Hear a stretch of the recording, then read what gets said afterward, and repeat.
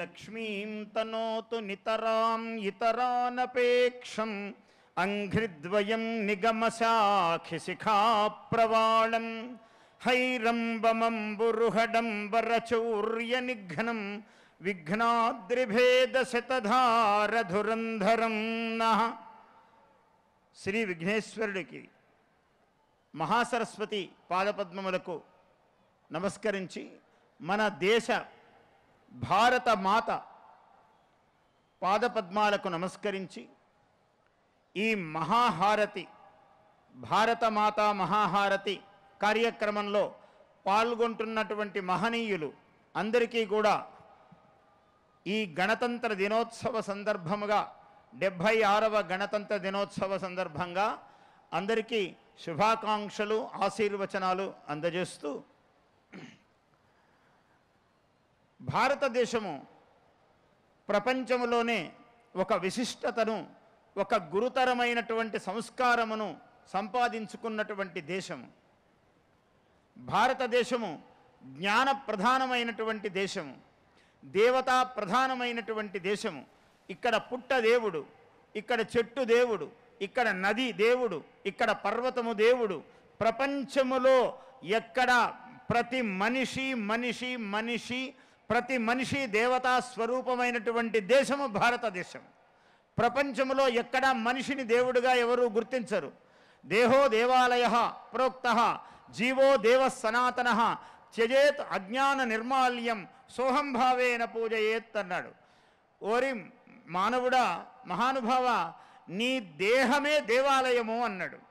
ఇందులో ఉన్నటువంటి జీవుడు ఏ ప్రాణి అయితే ఉన్నాడో ఆత్మస్వరూపుడు, ఇతడే దేవుడు, సనాతనుడైన దేవుడు అన్నాడు. త్యజేత్ అజ్ఞాన నిర్మాల్యం, దేవుడికి రోజు పూజ చేస్తాం. నిన్న పెట్టిన పూలను తీసివేసి మళ్ళీ కొత్త పూలను పెడతాం. ఏమిటయ్యా ఈ కొత్త పుష్పాలు అంటే అజ్ఞానము అనే నిర్మాల్యము. ప్రతివాడు ఎవడూ పూర్ణ జ్ఞాని కాదు, ఒక పరమేశ్వరుడు తప్ప. మానవుడు ఎవడూ పూర్ణ జ్ఞాని కాదు. ఇవాళ కొత్త జ్ఞానమును సంపాదించుకొని నిన్నటి ఒక అజ్ఞానమును తీసివేసుకోవటమే ఆ పరమేశ్వరుని యొక్క పూజ అన్నాడు.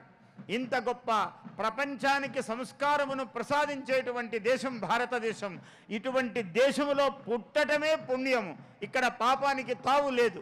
అంత గొప్పది ఈ భారతదేశం. మనమందరము అంత ధన్యులము. అందువల్ల భారత మాత దేశభక్తి లేనివాడు వాని జీవనం వ్యర్థము, మాతృభక్తి లేనివాడు వాని జీవితము వ్యర్థము.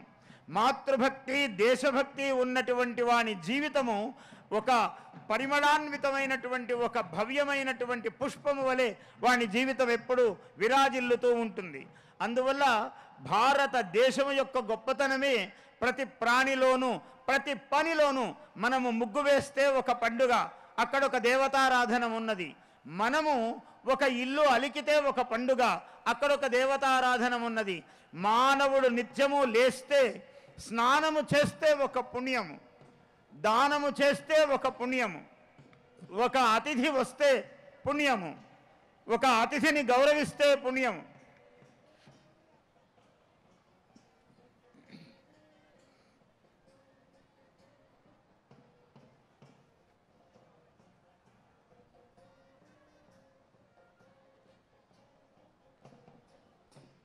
మాతృదేవో భవ, పితృదేవో భవ, ఆచార్యదేవో భవ, అతిథిదేవో భవ అని వేదము చెప్పినటువంటి దేశము మన వేదము.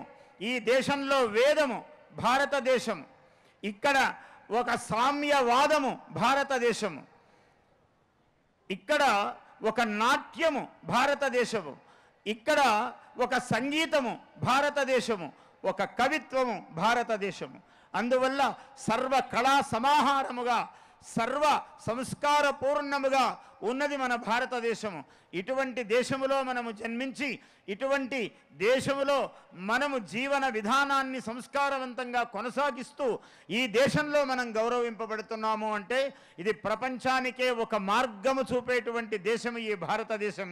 ఇటువంటి పుణ్య భారతదేశంలో మనం పుట్టాము.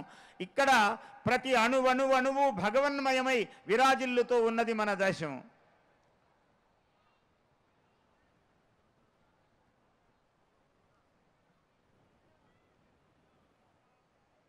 కెమెరా వాళ్ళు చాలా గొప్పవాళ్ళు ఎప్పుడూ కూడా మన దేశంలో. కెమెరా పొజిషన్ అని మనకు చెప్తూ ఉంటుంది కెమెరా.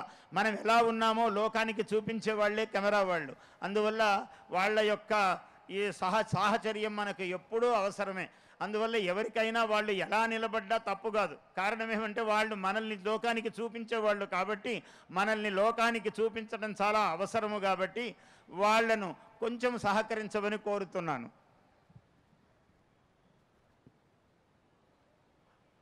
కిషన్ రెడ్డి గారు మాన్య మంత్రివర్యులు ఇది చాలా ఏళ్ల నుంచి ఈ భారతమాత మహాహారతి నిర్వహిస్తూ ఉన్నారు.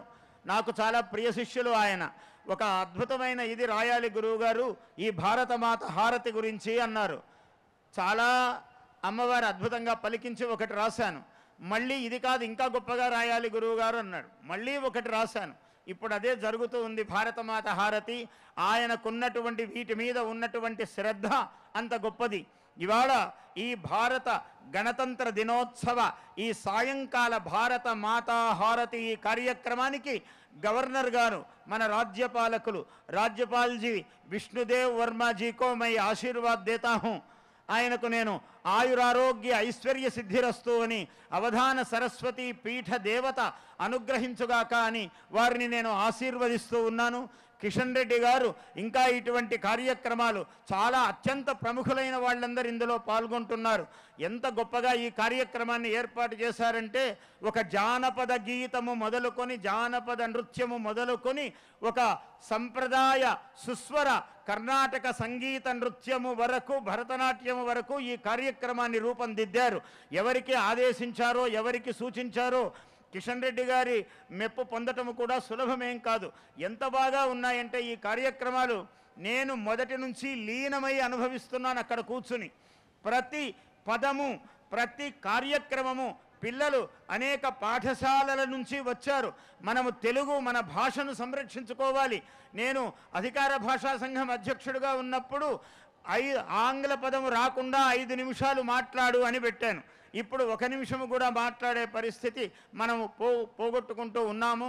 అటువంటి భాషను మనము అభివృద్ధి చేసుకుందుముగాక.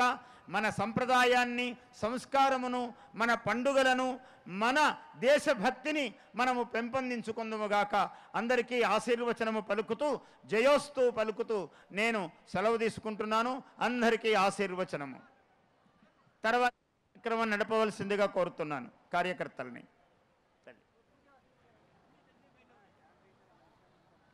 థ్యాంక్ యూ గురుగారు, థ్యాంక్ యూ వెరీ మచ్. మరి మీ ఆశీర్వాదాలు మాకు ఎప్పుడు ఉండాలి అని మనస్ఫూర్తిగా ఈ సందర్భంగా కోరుకుంటూ సభా కార్యక్రమానికి ముందు ఒక ఆడియో విజువల్ని ఇప్పుడు మనం వీక్షిద్దాం. This is a audio visual presentation of India struggle for freedom. Can we have the AV please?